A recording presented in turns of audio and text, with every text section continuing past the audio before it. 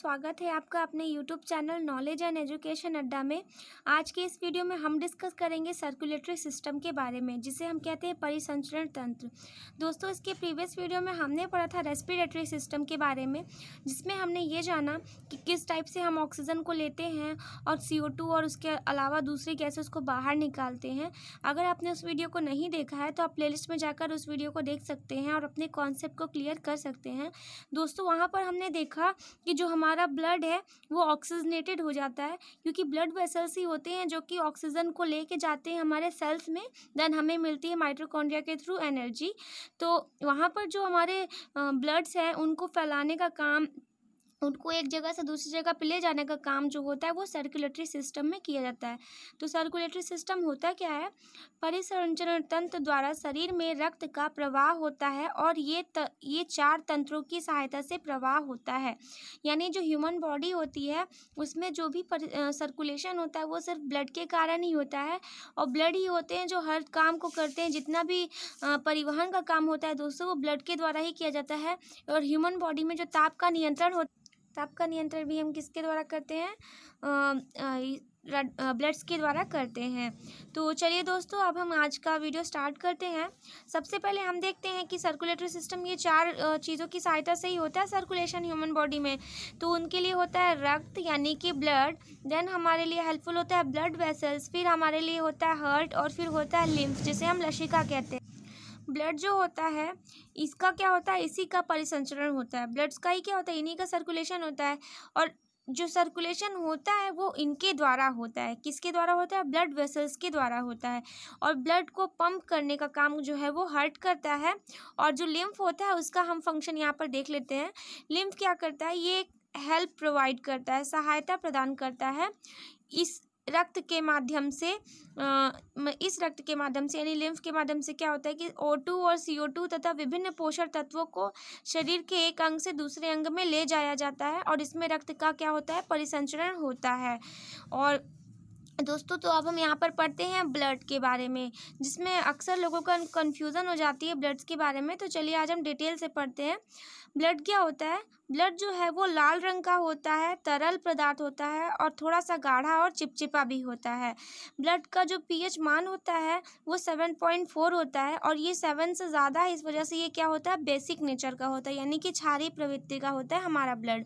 और जो human body होता है उसमें लगभग 5 से 6 लीटर ब्लड होता है, यानी स्वस्थ मनुष्य में 5 से 6 लीटर का ब्लड होना ही चाहिए। और ब्लड जो है इसके 2 टाइप्स होते हैं। एक होता है प्लाज्मा, जिसे हम प्लविका कहते हैं, और दूसरा होता है ब्लड कैप्सूल्स, जिसे हम रक्त कणिकाएं कहते हैं। दोस्तों, प्लाज्मा जो होता है वो ब्लड में 60 से 65% या फिर कह सकते हैं कि 55% भी हो सकता है। और ब्लड कैप्सूल्स जो है वो 35 से 40% या फिर 45% हो सकता है। प्लाज्मा की बात करें तो ये क्या होता है? थोड़ा सा पीले रंग का होता है, हल्का पीले रंग का कलर होता है प्लाज्मा का। ये 2 चीज़ों से मिलके बना होता है। एक तो इसमें वाटर होता है 90 से 92%, और दूसरा इसमें कार्बनिक और अकार्बनिक पदार्थ होते हैं 8 से 10% होता है। इसमें क्या होता है? कार्बनिक और अकार्बनिक पदार्थ। लेकिन यहाँ पर जो इन दोनों को मिलाकर ही क्या बनता है? प्लाज्मा बनता है। दोस्तों, यहाँ पर हम देखते हैं प्लाज्मा के अलावा ब्लड कैप्सूल्स, जिसे हम रक्त कणिकाएं कहते हैं। अक्सर इससे रिलेटेड क्वेश्चन पूछा जाता है। और तो चलिए हम देखते हैं ब्लड कैप्सूल्स। दोस्तों, क्या होता है? रक्त कणिकाएं 3 टाइप्स की होती हैं। एक होता है RBC, दूसरा WBC और तीसरा होता है प्लेटलेट्स। RBC को हम बोलते हैं रेड ब्लड कैप्सूल्स, क्योंकि ये ब्लड कैप्सूल्स हैं। WBC को हम बोलते हैं वाइट ब्लड कैप्सूल्स, एंड ये होता है हमारा प्लेटलेट्स। दोस्तों, इसका अक्सर एग्जाम में आपसे पूछ लेता है इसका साइंटिफिक नेम, या फिर इसका नेम चेंज करके पूछ लेता है कि आप इरिथ्रोसाइट्स के बारे में बताइए, या फिर दे देगा इसमें से कोई भी प्रॉपर्टी और कहेगा कि इरिथ्रोसाइट्स की प्रॉपर्टी क्या है। तो आपको तो पहले पता ही नहीं है कि इरिथ्रोसाइट्स कहते किसे हैं। जब आपको पता रहेगा तभी तो आप उसको सॉल्व कर पाएंगे। तो हम जो है यहाँ पर ये समझते हैं कि क्या कहा जाता है, किसको? RBC को कहा जाता है इरिथ्रोसाइट्स। WBC को कभी कभी आपको ल्यूकोसाइट्स या फिर लिम्फोसाइट्स भी दे सकता है एग्जाम में। इस तरह से ये दोनों इसको कहा जाता है। और प्लेटलेट्स को कहा जाता है थ्रोम्बोसाइट्स, यानी कि इनके और भी नाम है। RBC को इरिथ्रोसाइट्स, WBC को ल्यूकोसाइट्स या लिम्फोसाइट्स, और प्लेटलेट्स को थ्रोम्बोसाइट्स कहा जाता है। अक्सर इसमें कन्फ्यूज़न होता है हमारा कि इसमें किसका आकार निश्चित है, किसका नहीं, और किसमें केंद्रक पाया जाता है और किसमें नहीं पाया जाता। आपको पता है दोस्तों कि ब्लड भी क्या है, एक हमारा सेल है, और सेल में क्या होता है, उसका केंद्रक होता है, यानी कि उसमें न्यूक्लियस होता है। और ब्लड सेल्स भी हमारे क्या सेल्स ही हैं, ब्लड भी हमारे सेल्स ही होते हैं। लेकिन यहाँ पर क्या है कि सभी सेल्स में नहीं पाया जाता है, जो केंद्रक होता है वो सभी ब्लड में नहीं पाया जाता है। यहाँ पर हम देखते हैं आरबीसी में, तो आरबीसी क्या होता है, सबसे पहले तो ये एक निश्चित आकार का होता है, ये थोड़ा सा गोल और चपटा होता है। आप देखेंगे इसका क्या होता है, जो आकार होता है कुछ क्या हो रहेगा, गोल टाइप का रहेगा, यानी कि कुछ ये थोड़ा इस टाइप का गोल सा, और फिर चपटा भी होता है। फिर इसका जो मतलब अवतल होता है वो उभयावतल होता है, और इसमें केंद्रक नहीं होता है। दोस्तों इसमें आरबीसी में केंद्रक नहीं होता है, बट यहाँ पर एक्सेप्शन होता है, ऊंट और जिराफ और लामा, इनके आरबीसी में केंद्रक होते हैं। और फिर यहाँ पर जो है अपवाद है ये। और हम देखते हैं लिम्फोसाइट्स या फिर ल्यूकोसाइट्स। ल्यूकोसाइट्स का जो आकार होता है वो अनिश्चित होता है, और इसमें केंद्रक होता है, इसमें नहीं होता बट इसमें होता है। देन हम देखते हैं थ्रोम्बोसाइट्स। थ्रोम्बोसाइट्स क्या होता है, ये सिर्फ और सिर्फ मानव रक्त में ही पाया जाता है थ्रोम्बोसाइट्स, और इसमें केंद्रक नहीं होता है। ये आपको बहुत ही इंपॉर्टेंट बातें आपको यहाँ मैं बता रही हूँ, आप इसे नोट डाउन कर सकते हैं इसी तरह से जैसे ये लिखा है। दोस्तों यहाँ पर आपने देखा कि मैंने आपको डाइजेस्टिव सिस्टम में भी बताया था कि प्लीहा, या जिसे हम तिल्ली कहते हैं, इसको आरबीसी का कब्रिस्तान कहा जाता है। ऐसा क्यों, क्योंकि जो आरबीसी होती है वो यहीं पर आकर डेथ करती है, और ये अग्न्याशय के पीछे होता है, मतलब अग्न्याशय में बाईं और पीछे की ओर होता है हमारे ह्यूमन बॉडी में। और मैंने आपको ये भी बताया था, अगर हमारी आरबीसी प्लीहा में ना मर के अगर यकृत में मरती है, लीवर में, अगर उसका एक्सपायरिंग जो होता है आरबीसी का, अगर वो लीवर में एक्सपायर होती है 120 दिन से पहले, तो वो जो उसका मतलब कि अगर एक्सपायर हो रही है तो ह्यूमन बॉडी में क्या होता है, बिलीरुबिन और बिलवर्डिन की मात्रा बढ़ जाती है, जिसकी वजह से क्या होता है कि पीलिया हो जाता है। तो आप ये बात भी याद रखिएगा, मैंने आपको बताया है आरबीसी में हीमोग्लोबिन पाया जाता है, डब्ल्यूबीसी में नहीं पाया जाता, प्लेटलेट्स में भी नहीं पाया जाता। अक्सर ये कन्फ्यूज़न होता है कि किस में हीमोग्लोबिन पाया जाता है किस में नहीं, तो आप ये बात अच्छे से समझ लीजिए कि आरबीसी में ही सिर्फ हीमोग्लोबिन पाया जाता है, बाकी डब्ल्यूबीसी और प्लेटलेट्स में हीमोग्लोबिन नहीं पाया जाता है। दोस्तों यहाँ पर क्या है, आरबीसी जो एक्सपायर होती है वो लगभग 120 दिन में एक्सपायर होती है। इसके अलावा जो डब्ल्यूबीसी और प्लेटलेट्स होती हैं, डब्ल्यूबीसी 2 से 5 दिन में भी हो सकता है, और प्लेटलेट्स लगभग 10 से 12 दिन में एक्सपायर होती है। और आपको यहाँ देख सकते हैं कि आरबीसी क्या है, भ्रूणावस्था, जिसको हम एम्ब्रियो फॉर्म कहते हैं, उसमें यकृत और प्लीहा में इसका निर्माण होता है, यानी कि इस यकृत और प्लीहा में जो है इसका निर्माण होता है। तो आरबीसी बनती कहाँ है, वो हमारे यकृत में और प्लीहा में बनती है। और स्तनधारी मनुष्य में क्या होता है, स्तनधारियों में भ्रूणावस्था के बाद अस्थि मज्जा में आरबीसी बनती है, यानी कि जो स्तनधारी में होता है, जब वो भ्रूणावस्था में रहता है मनुष्य, तब उस समय जो आरबीसी बनती है वो अस्थि मज्जा में बनती है। इसके अलावा जो बनती है वो हमारे यकृत में बनती है। डब्ल्यूबीसी की बात करें तो डब्ल्यूबीसी को हम रक्त का सिपाही भी बोलते हैं, क्योंकि ये क्या होती है, एंटीबॉडीज़ प्रोवाइड करती हैं, और ये लसिका ग्रंथि से बनती है, यानी लिम्फ से बनती है, और इसमें कुछ मात्रा में ये अस्थि मज्जा में भी बनता है। ये कहाँ कहाँ बनते हैं आपने यहाँ पे देखा। और प्लेटलेट्स जो होते हैं ये अस्थि मज्जा में और लसिका में ये भी बनते हैं, दोनों चीज़ें जो होती है वो अस्थि मज्जा में ही बनती हैं, और साथ ही लसिका में भी बनती है। कुछ बातें यहाँ पर और आपको मैं बता रही हूँ कि लगभग 40 से 45 लाख ml जो होता है ये ह्यूमन बॉडी में पाया जाता है मिलीलीटर में। और लगभग ये हमारा जो डब्ल्यूबीसी होता है ये 9,000 से लगभग 15,000 के बीच में होता है ml में, पर ml हमारी ह्यूमन बॉडी में होता है। और प्लेटलेट्स लगभग 1,50,000 से 4 लाख के बीच होना चाहिए ह्यूमन बॉडी में, या फिर जनरली कह सकते हैं कि 3 लाख पर मिलीलीटर होता है। नॉर्मली आरबीसी प्लीहा में मरती है और पीलिया होने पर यकृत में मरती है, मैंने आपको अभी बताया है, वही बात यहाँ पर लिखी भी है मैंने।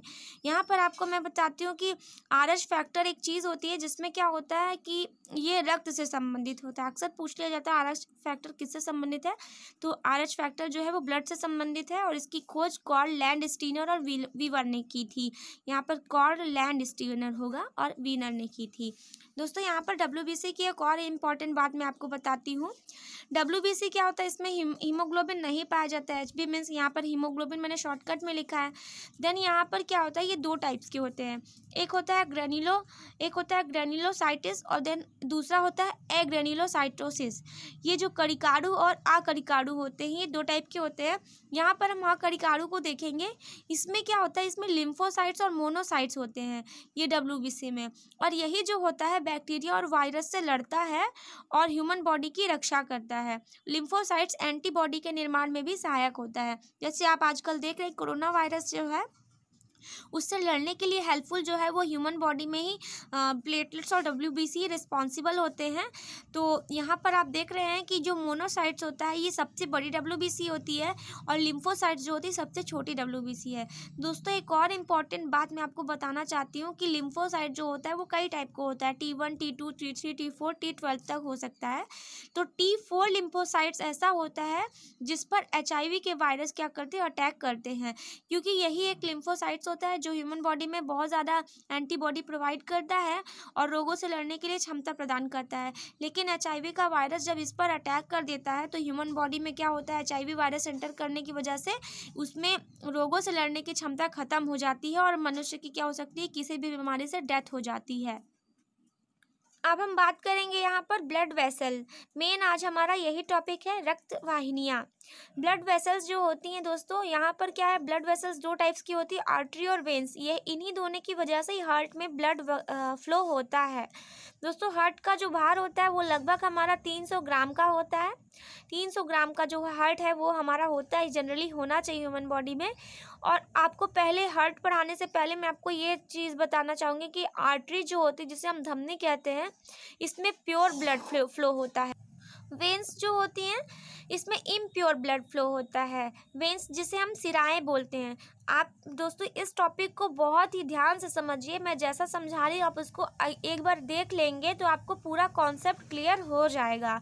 हम यहाँ पर आपने अभी देखा, मैंने बताया कि आर्टरी जो होती है इसमें प्योर ब्लड फ्लो होता है और ये जो वेन्स होती हैं उनमें इम्प्योर ब्लड फ्लो होता है। लेकिन इसका एक एक्सेप्शन भी है। अपवाद क्या होता है ये देखिए कि जो पाल्मोनरी आर्टरी होती है उसमें इम्प्योर ब्लड फ्लो होता है और जो पाल्मोनरी वेन होता है उसमें जो होता है इम्प्योर ब्लड फ्लो होता है, और प्योर ब्लड फ्लो होता है। दोस्तों पाल्मोनरी को फुफ्फुस धमनी भी कहते हैं, पाल्मोनरी सिरा और पाल्मोनरी धमनी, फुफ्फुस धमनी और फुफ्फुस सिरा भी कहते हैं। तो सबसे पहले चलिए स्टार्ट करते हैं हम हार्ट को और हार्ट के स्ट्रक्चर को देखते हैं। ह्यूमन बॉडी में जो हार्ट होता है दोस्तों उसके 4 चैम्बर्स होते हैं, 4 चैम्बर्स होते हैं ह्यूमन बॉडी में। एक चैम्बर ये है, दूसरा ये है, तीसरा ये है और चौथा ये है। यहाँ पर अगर आपको मैं एक और बात बताना चाहूँगी, आप अपने लेफ्ट हैंड को ऐसे फिस्ट को अगर क्लोज करेंगे तो आपका जितना बड़ा फिस्ट होगा उतना ही बड़ा आपका हार्ट होगा। यानी जैसे ह्यूमन बॉडी जितना बड़ा आपका बॉडी होगा उतनी बड़ी आपकी फिस्ट बनेगी और उतना ही बड़ा आपका क्या होता है, इतना ही बड़ा साइज़ का हमारा हार्ट होता है। यानी कि लेफ़्ट साइज़ में थोड़ा सा लेफ़्ट साइड में ही हमारा हार्ट होता है ह्यूमन बॉडी में।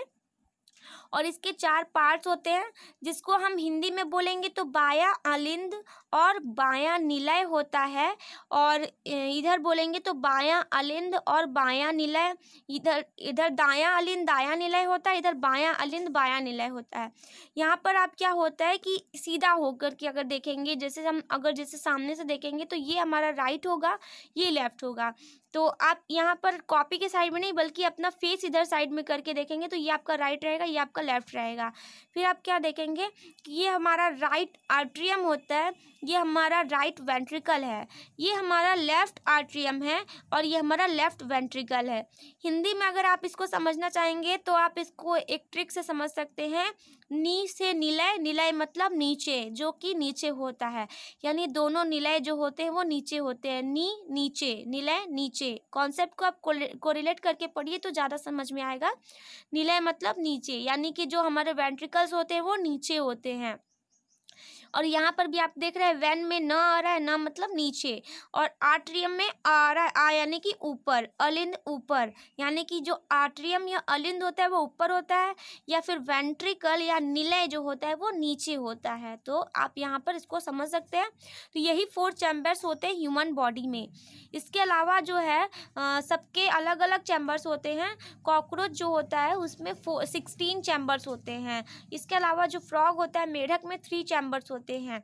सबके अलग अलग चैम्बर्स होते हैं, और ह्यूमन बॉडी में 4 चैम्बर्स होते हैं। यहाँ पर आप देख रहे हैं कि यहाँ पर आप देख रहे हैं 2 पाइप्स बनी हुई है।